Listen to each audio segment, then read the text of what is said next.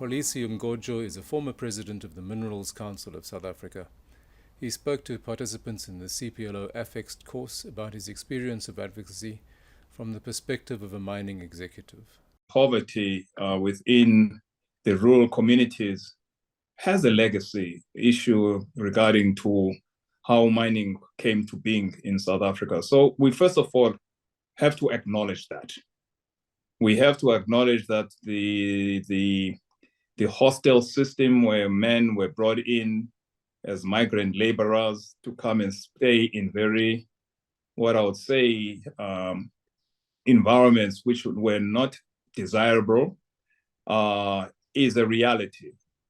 So in trying to address the issues as a mineral council, it was important for us to almost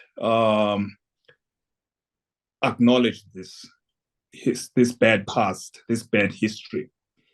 We even debated quite extensively as to whether we should have some truth and reconciliation process whereby we could come clean around these particular issues in terms of how we start working with various stakeholders to move forward. Because the trust deficit has been so wide, it's been so big, that unless we acknowledge some of these past misdemeanors, it was going to be difficult for us to be seen as an industry that actually does care for the environment, does care for the people. So we went through this. And of course, the minute you bring in lawyers into the equation, in as much as the spirit was there, but when you start bringing in lawyers into the equation, where now as respective companies represented within the Mineral Council, the whole issues of reparation and all of that becomes a big can of worms. But having said that, I think by and large, we have moved quite extensively from a perspective of how we are positioning the mining industry in South Africa.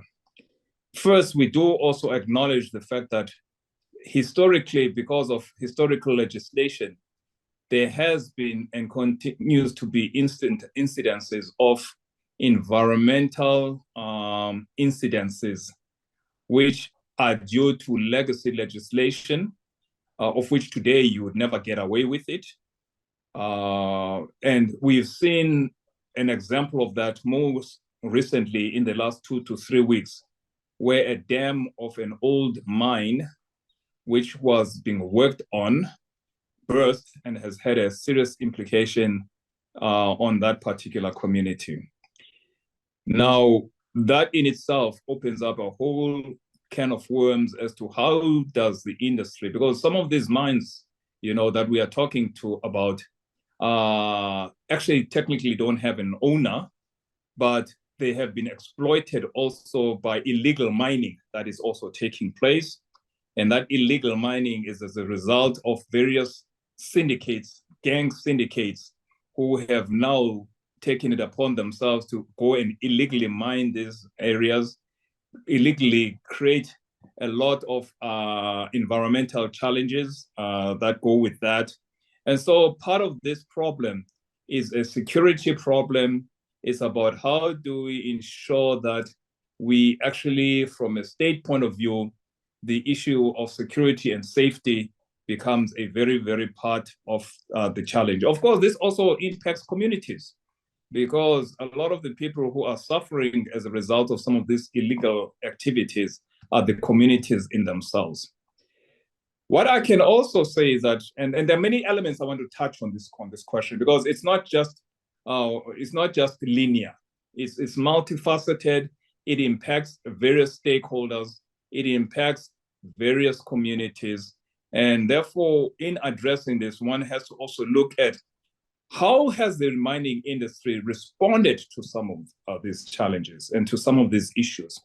Now, you may be aware, Father PJ is very much involved. We are all involved in terms of how we are also introducing a new element in terms of how we want mining to start looking at itself and its response as part of mining for a common good, which is primarily driven through the faith-based organizations.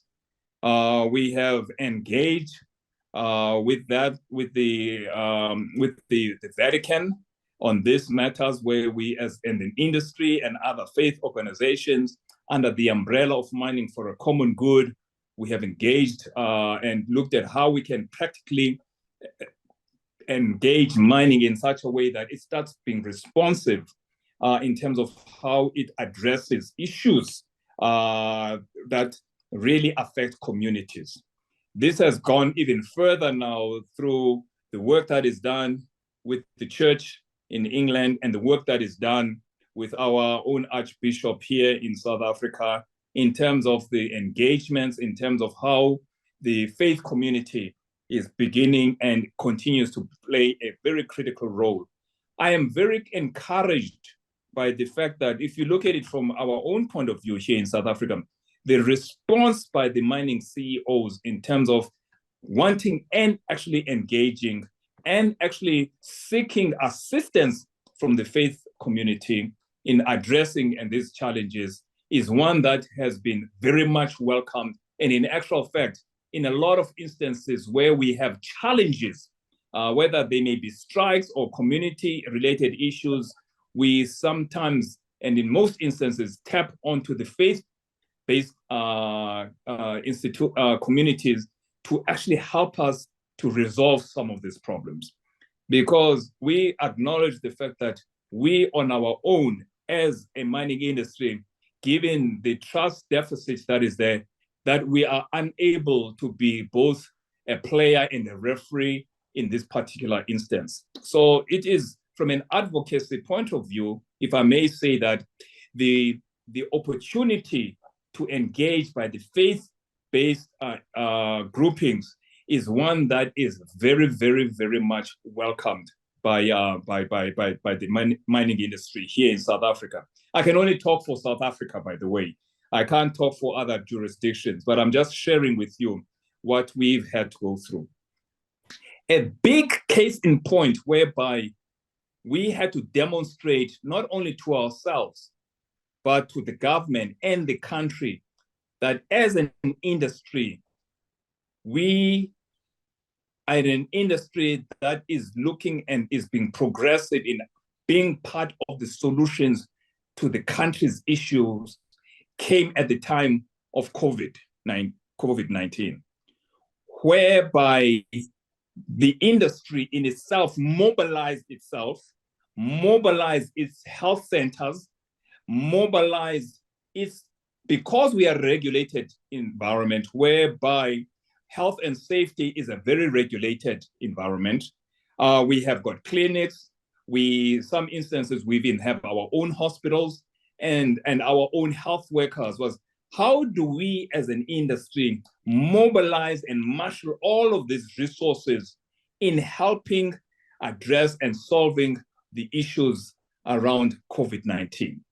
And we worked very, very closely with the minister on this particular instance by ensuring that we could and make sure that the protocols that help deal with health issues in mining can be transitioned to deal with how we're going to now start addressing COVID-19. So right across, we mobilized all the resources. We put money behind this in the hundreds of millions of rands to create this capacity for the country in all the areas that we're in. Even in some instances, we're supporting labor sending areas in the Eastern Cape where a lot of the migrant laborers come from to actually support activities and initiatives there.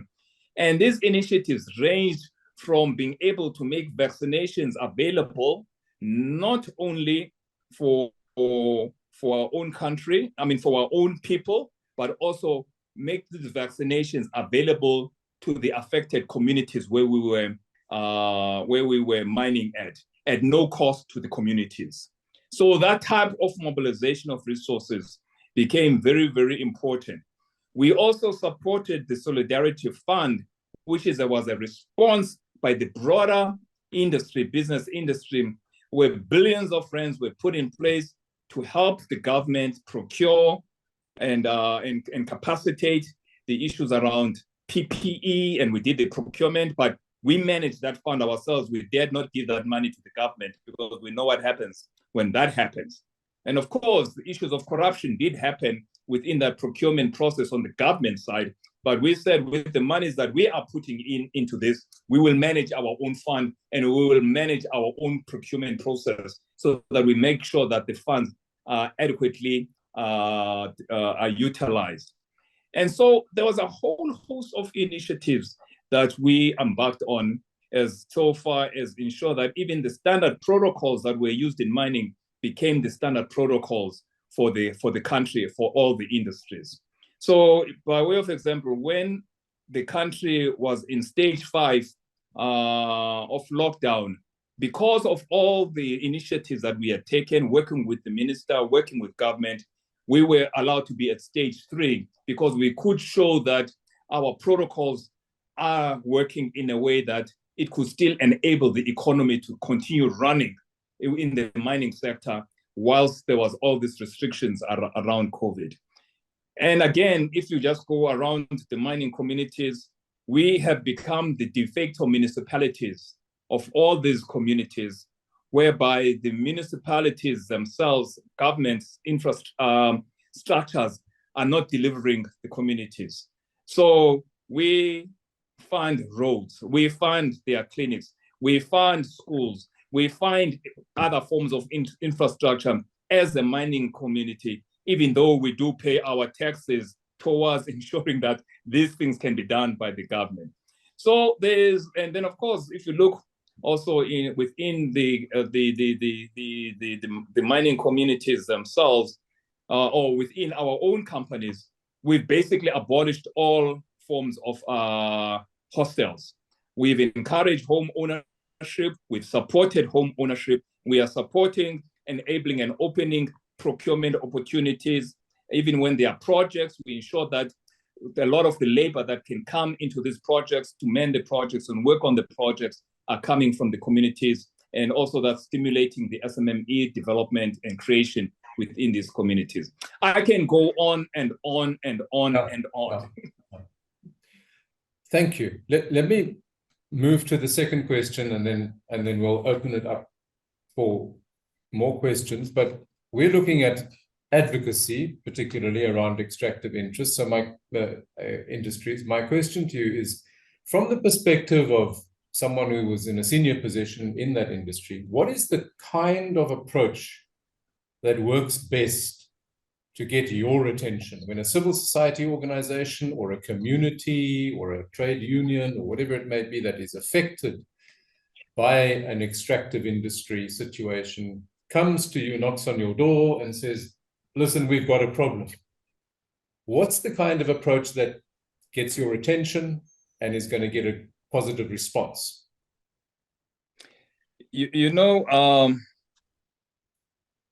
By and large, as I indicated, is that one of the biggest challenges that we've had to contend with as an industry and as business at large is this whole trust deficit issue, whereby we did not have a platform that enabled engagement in a manner that brings various stakeholders, that enables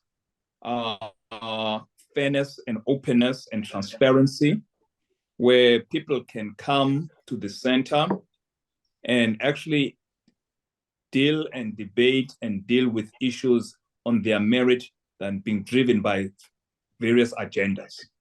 Because what normally happens in each of these issues and advocacy issues is around dealing, first of all, with already preconceived agendas that come around to a table. And it becomes very difficult to engage in a very honest manner. So part of what we and Father PJ's For instance, we've got this Institute for Committed Action that we are part of. And really, it's about how do you bring various stakeholders in a very neutral place to actually really engage quite extensively. Now, the advantage that the faith-based organizations have is the fact that, when I'm in church, I don't ask the person sitting next to me, what political affiliation do you belong to? Or which organization are you representing? Or what interests are you representing? We are there because of a common purpose. And we have found that if we can have spaces where the faith-based organization being a place of trusted leadership. And I want to raise this thing because fortunately I grew up in the church.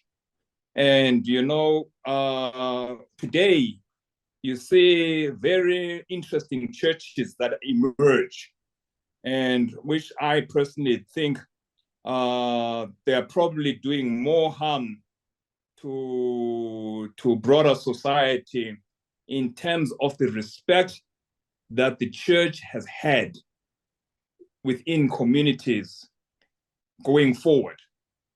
I need not say much more. I think you understand what I'm talking about. These churches, very charismatic churches, and really playing into the emotions of people, and therefore, again, it really creates a challenge. And another big challenge that I have seen, and I have actually, we've had engagements about where at times it makes the critical most sense for the church to be the voice of consciousness in issues that are happening in the country, whether they may be issues where they have to take unpopular positions that in some instances, I think the church has not done that with the diligence and the conviction and the call that they should have to play. And that creates a bit of a problem for people like ourselves who say, but we are looking at you to be the moral compass. We are looking at you to be the ones who are really leading this charge. And by the way, we are there with you to lead that. But you are a voice of reason. You are a voice that can be very effective. But sometimes the church in itself has been a little bit, and that's my view. But what we have seen also is that where they have played that role, and that's one of the nice things about when we are engaging with the Archbishop, for instance, the issues are always about hot issues on the ground, whether they be issues of safety, whether they be issues of security, whether there will be issues of environmental issues, whatever.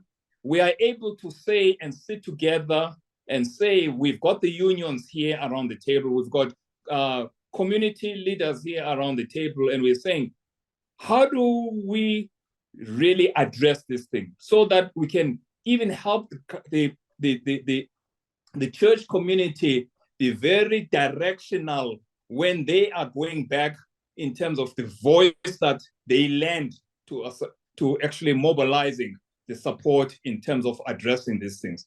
So really, it becomes very challenging when we talk about advocacy in the absence of proper structures that enable engagement through a multi-party or multi-stakeholder type of engagement around key specific issues.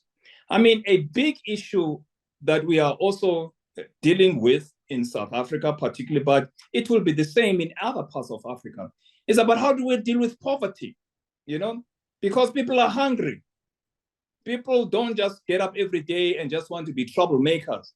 And therefore, is how do we address this in a way that it is not partisan, but it seeks to address and bring everybody, brings government, brings NGOs, brings other organs of civil society, and bring the church into terms of how are we going to respond to issues of inequality? How do we respond to issues of women abuse and violence? How do we respond to issues of xenophobia? How do we respond? Because these are all things that we are challenged with which we have to have a response for that.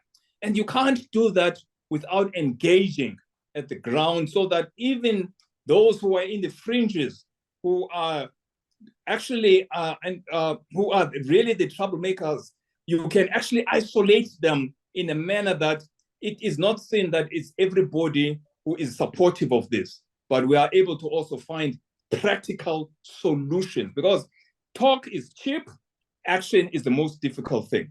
So in the process of also advocacy, it is important for the for faith-based groups to not just come and say, well, we are criticizing that you are not doing this and this. Okay, tell us, what do you want us to do? How should we be doing it?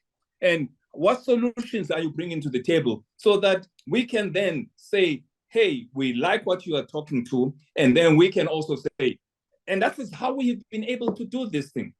And we've had these missions, and we meet on a regular basis, you know, around what we call courageous conversations. And I'm sure you've heard a lot about that already. Thank you. Let me just go around the room quickly and see if there are any questions that have emerged so far. Refilga. Thank you. I have a question for the day, especially on the issue of Basotho miners, or I'm from Lesotho, that especially on the issue of Basotho miners that have been working in South African mines for ages. In the 1980s, I think it was around 240,000, and now it has gone down to about 40,000. And most of these Basotho miners go back home, suffering from silicosis, only to die in poverty. And we know that there are laws that govern, or that say that mining companies have an obligation to take care of these miners for life, even after they leave work.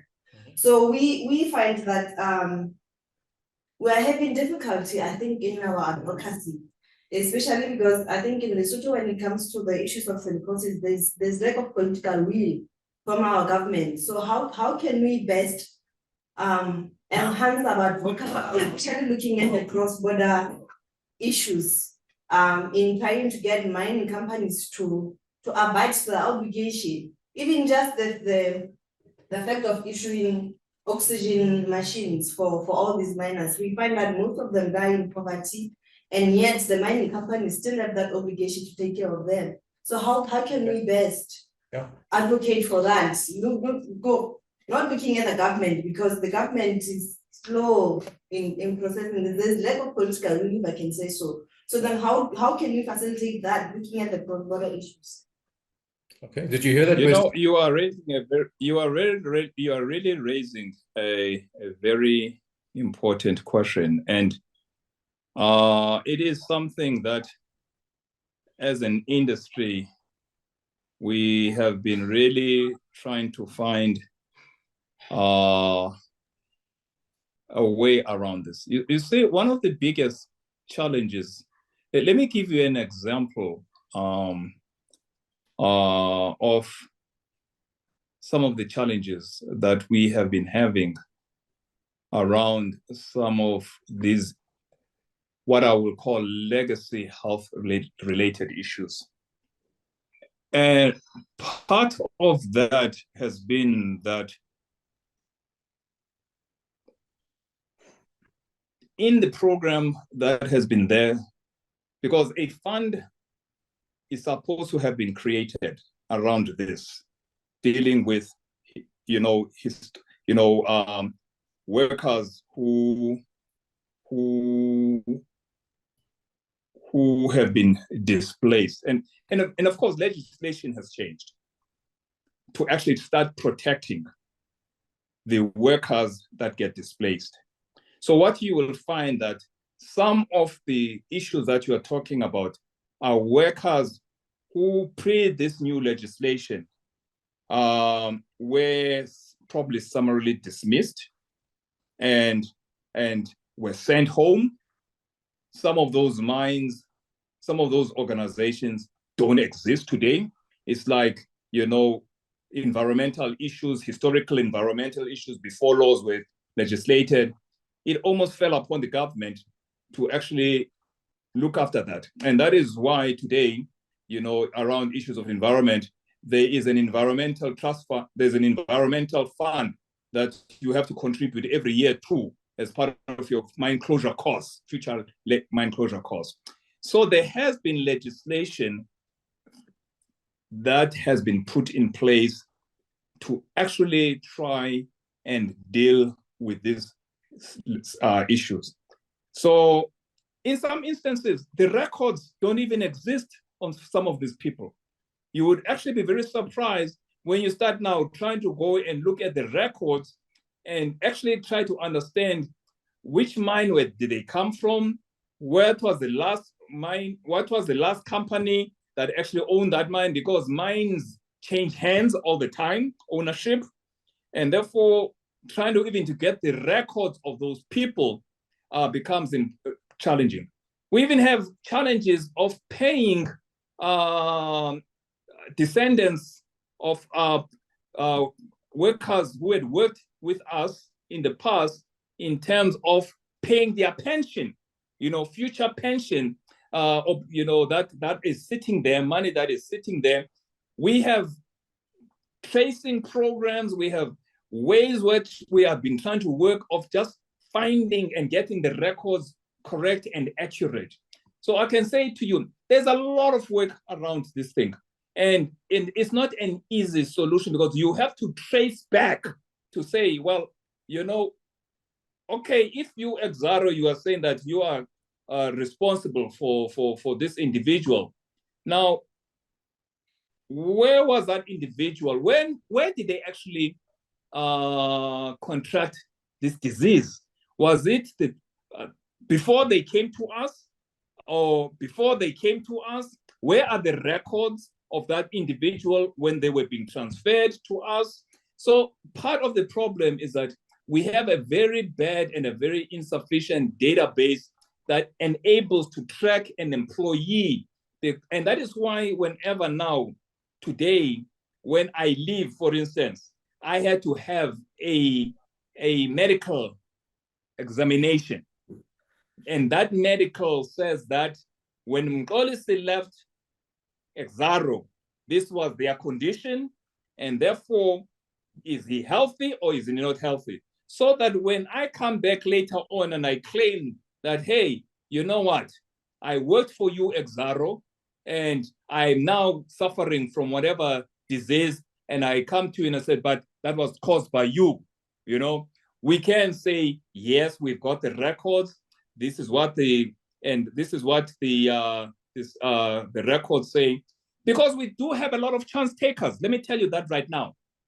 We do have a lot. I'm not saying that's the case in your instance, but we do have a lot of chance takers, because what happens sometimes is that you will have these scrupulous law firms who would want to go and make claims for compensation with the view that they will get a cut out of that when that claim would somehow succeed, whether it's in court or not. We've had to deal with those also.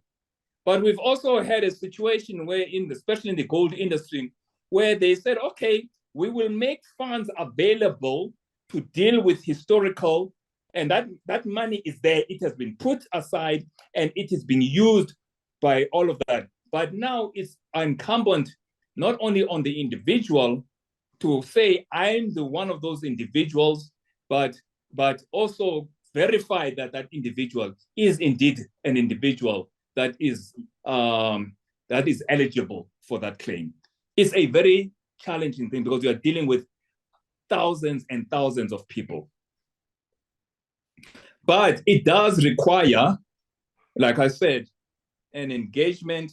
For instance, if you come and engage with our Mineral Council, which is driving this program on behalf of the industry, they are able to share with you exactly what is being done to address your particular challenge and your particular program. And they would not be shy to try and be transparent with you all. Is there a particular address or department or name within the Minerals Council that we could have access to? Father JP knows exactly who they are. Yeah, he does. Because they are party to, it's the Roger Baxter, they are party to the whole courageous conversations that we are having with as part of that faith-based group engagement. So we can pass on those details to our colleagues in other countries who may be in touch with people that are suffering in this way. Mark, in Abuja, I saw you had your hand up. Do you want to unmute yourself and put your question? Yes, not a question really. I actually just want to make a little contribution in support of what Goji has been in support of his presentation. I think the church and the leadership of the church needs to actually be very, very deliberate and more deliberate in addressing issues of not just hunger, issues of, not just data collection, which are tools to strengthen these advocacies to be able to address challenges of the various countries, because we have a kind of a similar scenario. I think the church needs to stand up tall against issues of injustice, against issues of inequality, against issues of discrimination, and then discrimination done more specifically in countries where, you have major religious rivalry. And if you find, if in a situation where a particular religion is more dominant and have an advantage of governance, they tend to promote more the interest of that particular religion. And the church should not just limit itself or restrict itself to just faith promotion.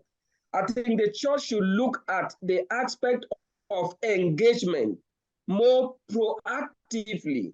And government in different countries in Africa have that tendency from history to be able to listen to the leadership of the church. But once the leadership of the church is compromised, either within or in engaging the government of the society or the day, there are bound to be issues of this laxity, and it goes a long way to affect the general condition, particularly for the vulnerable. So I am calling that the church stands up again and be more proactive in engaging government on behalf of the less privileged and the vulnerable. Over. Thank you, Mark. Thank you very much. Anyone else in the room here that's wanting to? Yeah, John. Thank you very much. Mine is not a question. I just want to, okay. My name is John Sifani. I am from Namibia. I just want to share what I heard, an initiative which is actually being spearheaded by some of the surviving and some descendants of the previous miners who were actually contracted during the native labor system. I hope you are familiar with Winela. There is a group in the Zambezi region, Katima Mulilo, former Caprivi. They are calling themselves the Mzrikazis. So I overheard them one time on the radios, actually calling people to provide names of family members whom they know that their parents or their grandfathers at one time worked in the mines in South Africa, so that they can actually they are trying to lobby to launch a compensatory fund. And I don't know whether that has already reached the Council of Mines here in South Africa. I know that they are not actually, like in Namibia. That group is not going through the Chamber of Mines in Namibia. Neither the organized structure like the CPL. They are just like a lobby group doing at a community level within the region.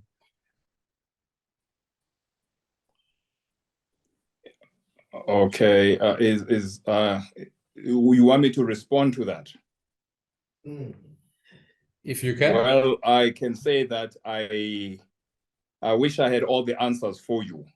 Yes. But I mean, it's part of this earlier comment that I made earlier about, you know, the past historical challenges about how you are able to, because, you know, if you're going to lodge a program like that where you are looking for reparations, you have to be very factual about it. Okay, and part of the being factual is being able to prove that that individual was indeed working for a mine. Which mine did they work for? Which mines did they work for? Did the mine change hands? Did he move, or did he move from one company to another company? Whom are you actually asking to provide the reparation in this particular instance? So it becomes something that, and it's not, by the way, this reparation thing is not only a thing whereby it's trying to deal with a challenge only for foreign workers in South Africa. It's the same thing with the migrant workers, you know, that came from the rural environment, that were displaced, that came here, that went back and were sent home. So it's you would have to look at that whole thing, you know, even broader than that. And hence why I was saying that through an agreement, through a process of which I think the Mineral Council will be able to share with you how they actually finally landed with that final agreement with the gold industry, where some form of compensation fund was sort of put together, that it required a lot of work in terms of what would qualify for an individual to be able to make that claim. I don't have those details for you, but there have been processes around that.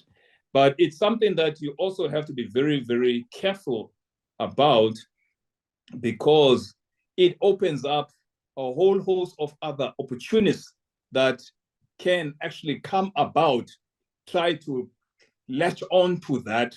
I mean, today, you know, you have to be very careful just about fraud that, you know, people commit to you, taking advantage of people, and you will have that type of thing happening.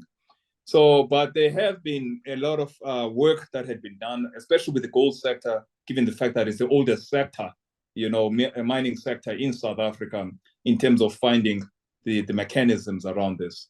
But I don't personally have that information in terms of what that entailed.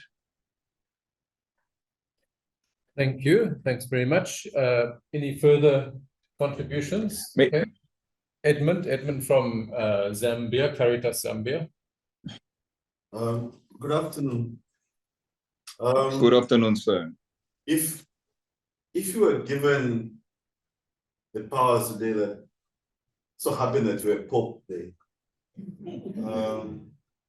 what two things would you tell the mining companies to change in terms of behavior? I could tell you more than just two things. We still have a long way. For me, the issue has become even more complicated when you start dealing with issues of climate change also, issues of decarbonization, issues of sustainability, issues of governance, issues of dealing with in the environmental stewardship. So the issues have become what I would call global issues, of which we as an industry need to respond to and make sure that we address. For me, one of the most primary things, and this is the one thing that I try to start advocating for. Now, you're talking about you want to advocate for something, you know, I also was advocating for something. You see, mining companies, probably after government, are the largest landlords, okay? In terms of the vastness of land that they normally occupy as part of mining activities. Historically, the way mines used to operate, and they still do operate that way, they prospect an area, they find a resource, they go to government, they seek permission for whatever right to mine that land.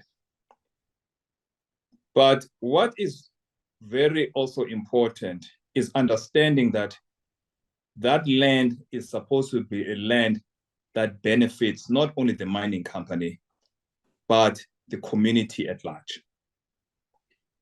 And therefore, the mistake that has happened in the past, which I believe was a mistake in the operating model, in the business model, was never to think about this land being something that can continuously sustain and create a sustainable socio-economic environment for those communities after that mine has come to the end. So we will create jobs, there will be opportunities for people to work, but not everybody gets the equal opportunity. There will be probably opportunities from doing some form of procurement. And unfortunately, because you are dealing with a finite resource, at some point of the day, the mine comes to end. Then what happens to that community? We've seen it all over the world. The ghost towns, the high levels of unemployment that ensue, the high levels of poverty that ensue as a result of that. And what I have been advocating for, and have been working and trying to work with the church, is how do we, as we are mining, because so in other words, what would happen is that you would have a mine being at the center of all the activities in the community. The mine provides education. The mine does that. The mine does that. The mine does that. Nobody's asking what happens when the day that mine is no longer there with all of this. Is this thing what way it is working? A sustainable model. Instead of saying that we have a mine that here that can be a catalyst for not only creating opportunities for today, but can create sustainable opportunities while the mine is there into the future. Now, this lends itself to saying, how do you do that? Now, the agri-economy is one of the most labor-intensive sectors which can enable to create new economies that can outlive a mine coming to an end. Because what you do, you actually, in the way you start rehabilitating the land, you are rehabilitating the land for use for the future, not for closure. You are recycling the land for future use, and you are actually actively having socio-economic programs that actually enable new economies to happen into the future. And these things can happen. Johannesburg is a case in point where through the gold industry, while the gold industry was very active, it started creating new economies, which when gold mining in Johannesburg came to an end, you have the Johannesburg city that is still there. You have the new sentins that have been created. All of that economic activity was once facilitated by an opportunity to create new economic activity. So my view is that land can be thought of in a very imaginative way about how we can actually use the land while the mine is there to start creating and stimulating new economies that are sustainable into the future. My goodness, we all know that we're going to have issues of food security for the globe, water security, energy security. That's going to be a global challenge. So there's not going to be any shortage of a market for food, but you have to be able to create new ways of how you can enable societies and let the mine be the one that leverages its resources to create these economies. It's a different model than to say, well, you know, we're going to mine, we'll create a job for you, we will support your school there. And at the end, when the mine comes to an end, well, we close the mine and we say, it has been good, thank you very much, and we wash our hands and we are gone. That model is not sustainable. That model does not look at the communities as critical stakeholders around sustainable development. Because if we're talking about sustainable development, we need to understand and unpack it in its various aspects. One of those is about how do you alleviate poverty, not only at the time when the mine is there, but post the mine. I think that is a part of the responsibility of a mine, to think in that way and to act in that way. But it also requires government to enable such types of things to happen by creating various incentives for mines to actually do some of these things in a way that it can leverage because in a lot of instances, you hear that government is supposed to create jobs. I've never heard a government creating jobs, okay, except the civil service jobs. It's normally business people who create jobs. But the environment has to enable for that to happen. And for that to happen, the companies with government, and by the way, with people like yourselves, being involved in that. Because at the end of the day, what we also do find is individuals who take advantage of situations to try and destabilize environments for their own purpose and for their own selfish interests. So you'd have parallel structures being created within communities. They are supposed to be advocating for the same thing, but the others are advocating for their own pockets. And that's creating problems. And that's where also the church needs to play a role around calling those things out. Otherwise, at the end of the day, when I'm a company, I don't know whom I'm talking to. Because now there are 2 or 3 groups that are supposed to be representing people in a community. Can I come in? So I've just touched on just probably one of the key things I would say that the mining industry really needs to do to deal with issues of sustainable communities by advocating for socio-economic development using the land specifically in instances for a new agri-economy that can sustain those communities and create broader economic activity so that after the mine is no longer there, those activities have been very well rooted to be sustainable for the future because they meet a particular demand that is a global demand.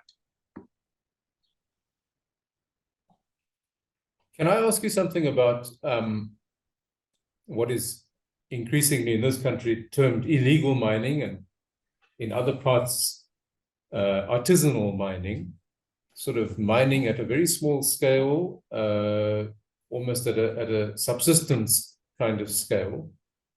And we know that it comes along with very dangerous working conditions, often with deep social problems we've seen in our country lately.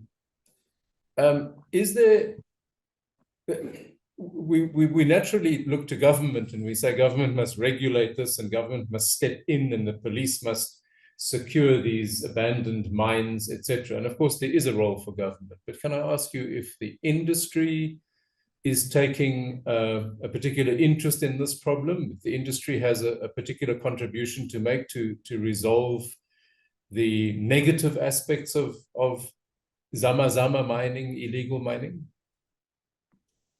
It's probably one of our biggest challenges that we have.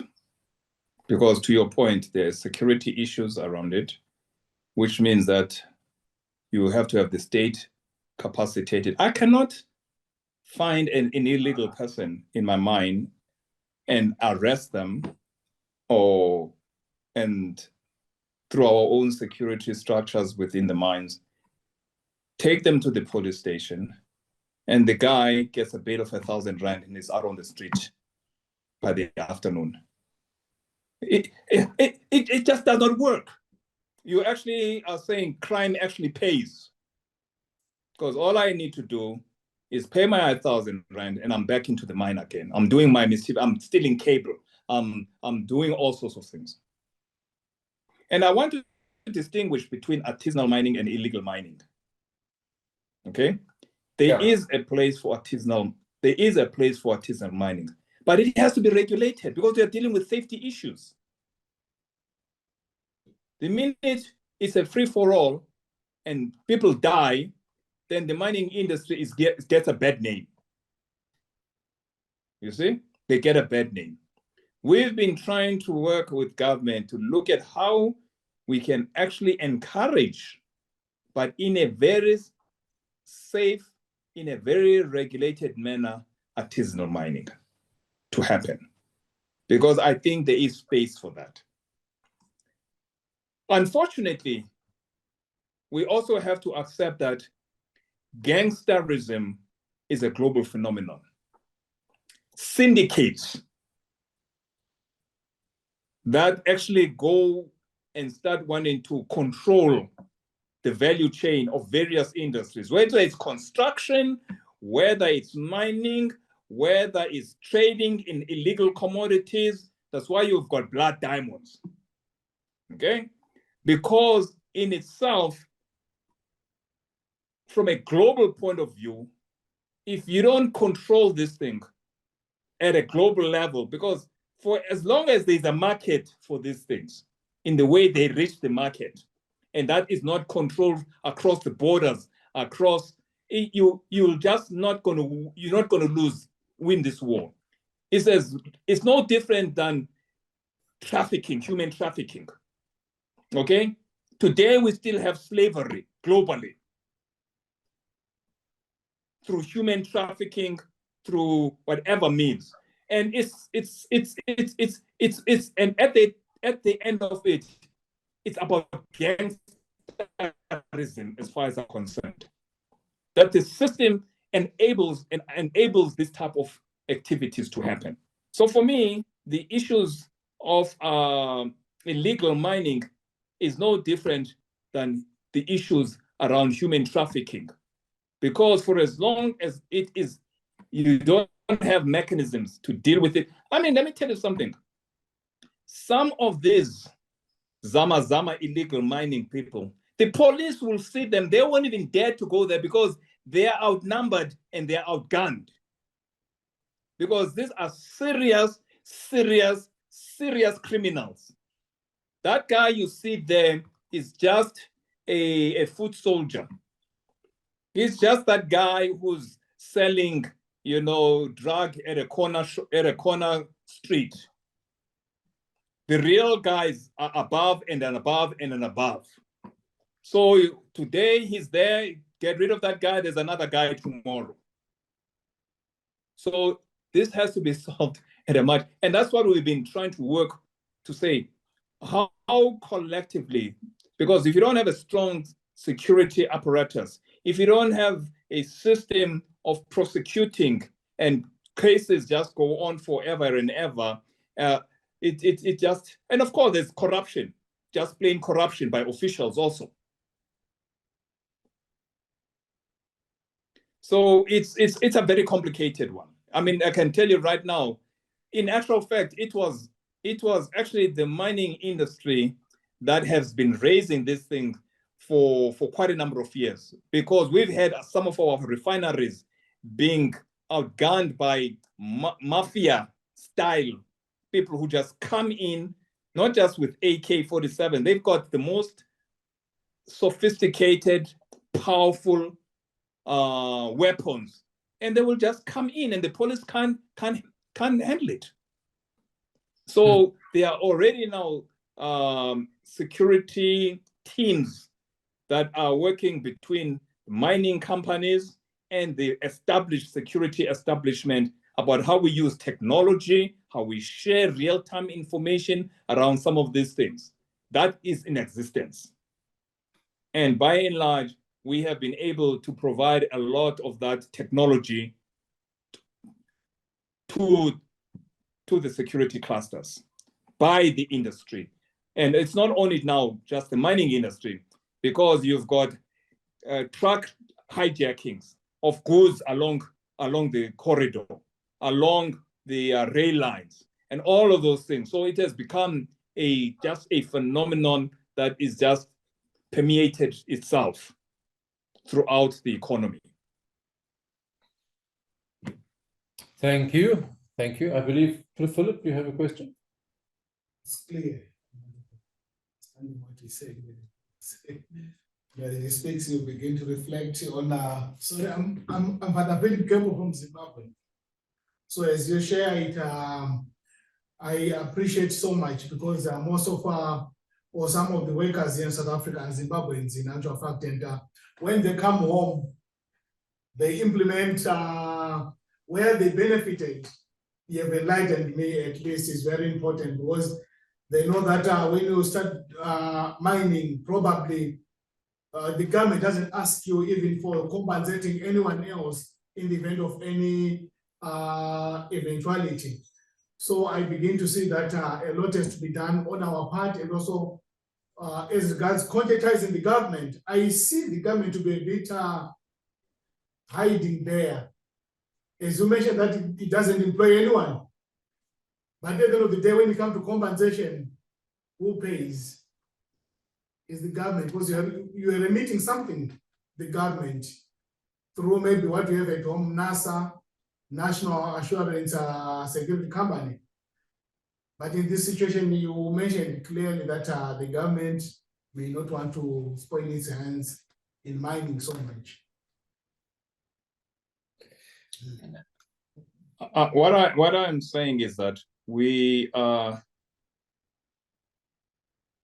working with many stakeholders in trying to solve this problem.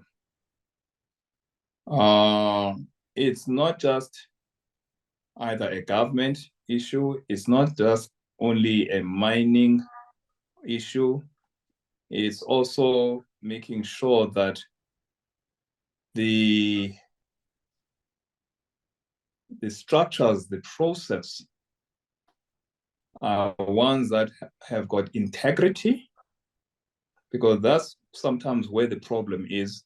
They have got the right governance, because that's another issue that happens.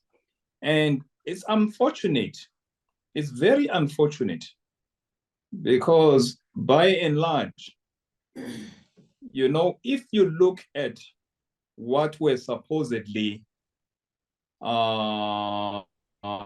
as part of this BEE program, you know, a lot of unions had been invited to participate in a lot of these BEE deals with the view of being able to get sustainable revenue coming out of these investments, out of dividends, which were supposed to be for the benefit of the workers, to look after the workers and the workers' issues. Okay? Billions of monies, and I'm talking about billions of monies, have flowed, but the workers are no better off. Where did the money go? Because the money was paid through these structures. Where did the money disappear?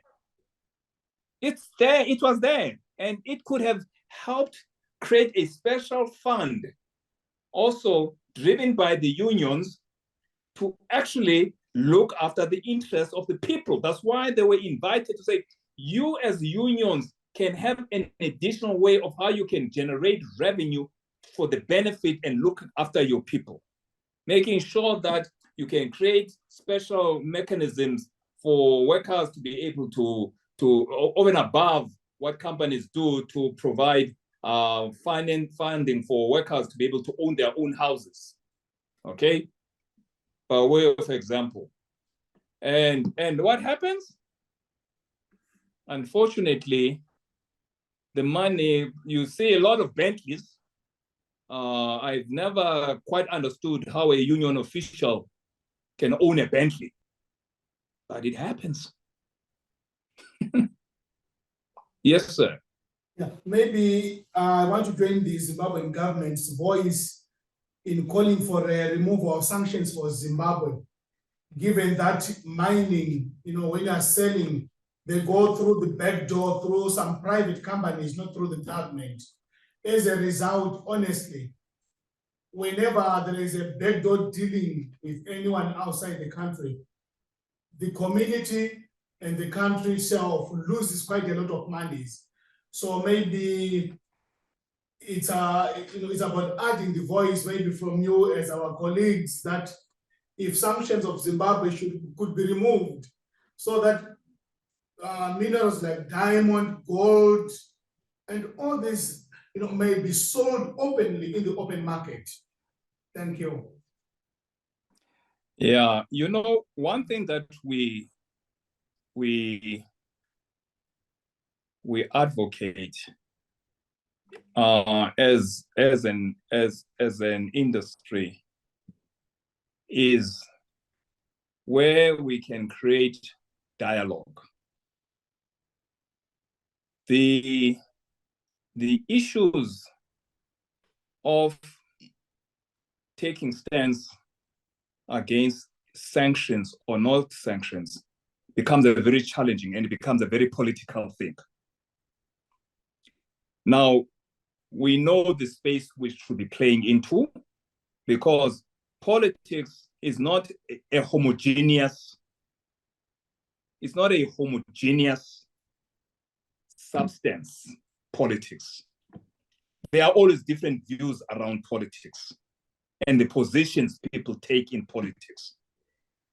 We have learned that when you play politics, when the mining industry played politics in the past, they substantiated and actually enforced and actually encouraged what became the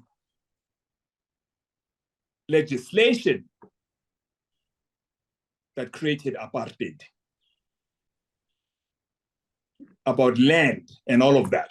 So once you start playing, business starts playing into politics, because politicians change all the time. We have to accept that we are not here to play in the political space, but we want to make sure that our politicians are accountable for certain actions that they take. Otherwise, today is the right wing that comes in. Then we have to pander to the right wings. Then it's another left wing. So it's what we do, and I think we have begun to do that very well. Let me give an example. When this Minister Zwane, who was once made a minister under the previous government, and we knew that he was with the Guptas as part of the state capture. That's the dude that was just arrested 3 days ago. We as an industry said, we don't recognize you. Not because we are against a function of a minister of minerals being there, but we are against you as the minister because of your corrupt tendencies. Because we want to play the role of accountability, of governance, of clean governance. So that is how we will make sure that our people and yes, we will march for human rights if we have to march for human rights where there's abuse of human rights. But we cannot dictate policy that government has got a prerogative on how they conduct themselves. Today, there's a war in the Ukraine, between Ukraine and Russia. South Africa is being accused of not denouncing the act of the Russians. Now, I think becomes, and that's at the governmental level, it's got its own politics. Where do we stand as business? How I mean, if within the country, within the people, you have diverse views around these issues, where do we stand? What position do we take? Should we even be taking a formal position? I may have a position as Mxolisi, but it's never a collective position. I mean, Father PJ will tell you some of the issues that we've had to deal with in terms of how we respond even to some of the issues, hot issues. We always have to ask ourselves, what are we there for? What did we say we stand for? Than to say we support this group and we don't support that group.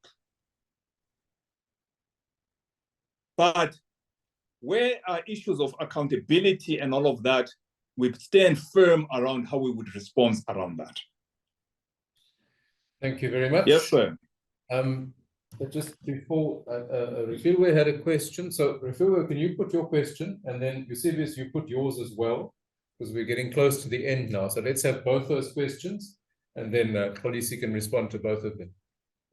Thank you, Mike. I think I'm back on your issue, Mike, of the Zamazamas. I may not get a response, but I just wanted to throw it in there. Where does the gold trade go to? Because they are buyers. The Zamazamas. Where does the gold trade lead to? Because there's someone Right. buying gold from the illegal mining, and the illegal mining, the money is used to fund this. You did mention that the syndicate, the gangs, and this money funds back home the conflict that is really getting quite bad in our country, where whole families are killed because of the Zamazamas. So I just want to know, is the government of South Africa really turning a blind eye to all these issues of the illegal mining? Because there is someone buying.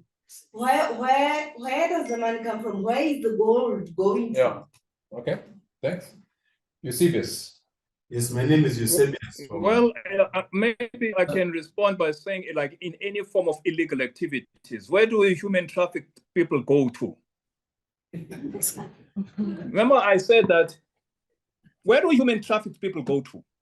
Are governments turning a blind eye on human trafficking? You know, to somebody, a person, whether it's gold or a person, they are seen as a forms of making money out of the situation. Drugs, human trafficking, this is a global phenomenon, okay? And therefore, the question should be, why is the world turning a blind eye on human trafficking, children trafficking, women abuse? Why are we all turning a blind eye on this? Has it become so common that even you yourselves are not advocating and standing up in the pulpits and actually putting your feet and slamming your hands down on that pulpit and say, this cannot go. Where is your advocacy around these things? Why are you quiet about it? We're not quiet. Why have you turned the back? Has it become so normal that, to beat up a woman is an acceptable thing? And maybe even amongst your own congregants, there are people who do that. Where is your advocacy around that on the pulpit?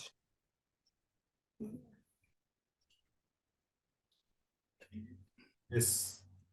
Can we just Mxolisi, just the particular part of that last question, the gold that is being dug out by illegal miners in our country, do you know where does that end up? Who's buying that? Where are these syndicates? I have got no clue. I absolutely have no. Gold is a global tradable commodity. It can end up anywhere in the world. Yeah. It's a market. It's an open market. Uh. It's an open market. Once it leaves, it disappears in the system. Yeah. So we need better crime intelligence work then to work out where it's going, what the linkages are. I mean, it's like anything. I mean, for me, I can even accept the gold, but the human trafficking one, do you know that there's 50 million people who are working under slave conditions in the world? 50 million plus. And we talk about slavery having to have been abolished legally, but still, how does it happen that you have still 50 million plus people in the world who are in slavery? Where is the church in this thing? I'm sorry, I'm picking on the church because I used to ask my father the same questions, say, guys, I'm not sure this is the same gospel that was brought here by Christ, that you guys are, maybe you don't like the way to the cross, that is painful, you don't, because I think sometimes the church is just too busy, complacent, fighting amongst each other for positions and all of those sorts of things, that they sometimes have really forgotten what their call really is. I have not seen a single one of those men who sacrificed themselves had a nice time in dealing with the call that they had. It was never comfortable. So, gentlemen, ladies and gentlemen, I'm really also calling on you as the church to be the source of the solution, not to be looking elsewhere for the solution. Okay, can we turn to Kenya? Eusebius, you have a question? Yes, my name is Eusebius, His Excellency from Kenya. So mine is in regards to the stakeholder engagement and the role of these mining companies. In Kenya, you'll find that the mining companies use money to facilitate stakeholder engagement in the community. The same mining companies even invite members of parliament to make some decisions regarding some laws. Is that best practice or is tantamount to capture of parliament by these mining companies? You've talked about trust deficit in the sector. So if you look at that trust deficit, then now the ordinary citizen wonders whether these initiatives are aimed towards benefiting the mining companies, the expense of the normal common citizen down there. So what can we learn from you, South Africa? Your role, how have you been doing that? Engaging stakeholders?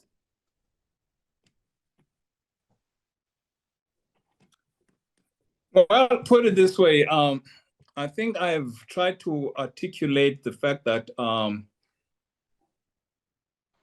through the process of courageous conversation, through the process of platforms that bring in unions, that bring in civil society, that brings in broader government, that brings in the mining industry,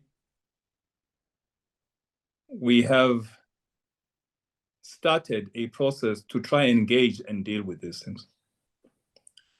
At the end of the day, we are dealing with human beings, okay? And that is why we have a very real live situation in South Africa where state capture really became a reality. And part of that, I think, was the lack of a coherent voice by broader society to really stand up against this thing. We watched the movie play in front of our eyes, and before we knew it, we were in the lion's den, captured by the lion. And I think what you are saying, what we are saying now is that we will need to make sure that never again do we have a situation where, as broader society, we sit and we become quiet. That's why you created structures like the Zondo Commission to ensure that these types of activities are brought forward so that for the rest of the nation to be able to see what actually happened and start putting remedies around how do we ensure that it never happens again. Because you're right, business people will try and influence politicians. Politicians will try to influence business people, to do wrong things. And we've caught them out in some instances in South Africa through this state capture response, through the Zondo commissions, how various companies working with very scrupulous people. And now it's about the justice system doing what it needs to do on the recommendations and whatever other reforms that are required to deal with this. Had we not had a Zondo commission, I don't think we would be where we are right now. But it required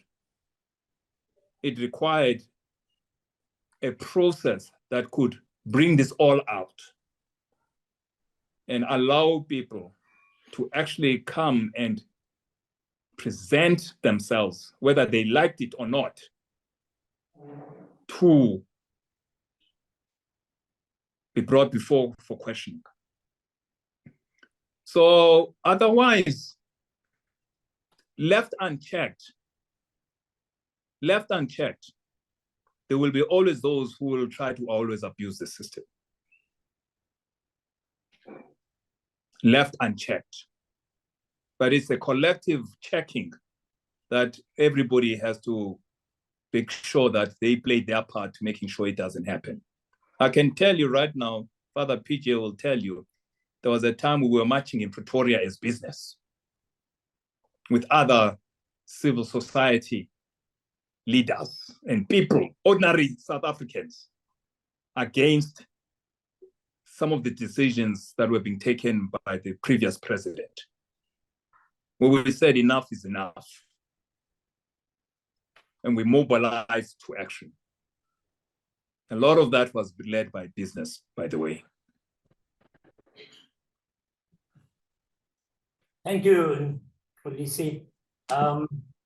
We need to move on to our next event, and really just wanted to thank you for giving a Friday afternoon in your retirement to these important reflections, because it's people like you who sit at the top of companies who have their oversight. I think I took away from it your emphasis that when we come to engage companies and CEOs, we've got to have our facts in place. We've got to have done our homework.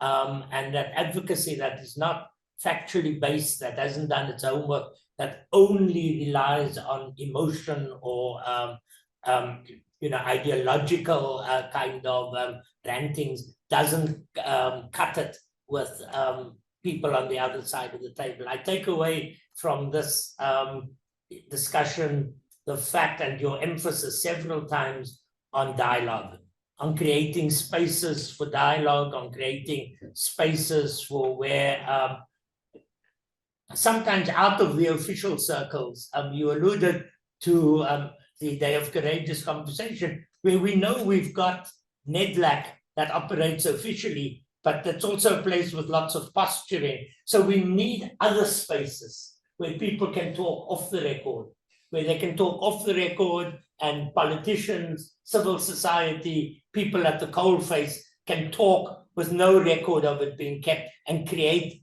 a level of trust and then build on that. So I take that away. I take away your keen insight into of involvement of different sectors, whether it's people on the ground, and I know some of the work you've done with communities, having their say, giving them agency so that their voice can be enhanced and not taken over by other people with an agenda who say they represent the people. So thank you for bringing all of that to the fore, and I think it gives us a helpful understanding of how people in your position who have the best interests of South Africa at heart and of all the countries that are represented, the 11 countries that are around the table trying to think through the issues. We just need to reinvigorate our own skill sets in the light of what you've said and what others have said, and together find each other so that those conversations can continue to happen. So go back to your training for your epic bicycle marathon that you are training for over the weekend. Thank you on all our behalf for your time, for your input, and for the wisdom you've brought us. We really appreciate it. Thank you. Thank you very much. Really, thank you very much. And again, my last parting word is that be relevant as the church. Be relevant. I think I've said enough about that because we are looking to you. We are looking to you sometimes for direction. We are looking to you to hear your voice around issues of morality, issues of whatever the issues of the day are. The church cannot be silent and not have a voice. Cannot be silent. So that is my request to you. And really, because if you don't, you will start losing credibility as the moral compass. Thank you. Thank you. Mxolisi. Thank you. We'll say goodbye. Thank you, everybody. Thank you. Bye-bye. Bye-bye. Bye-bye. Bye-bye.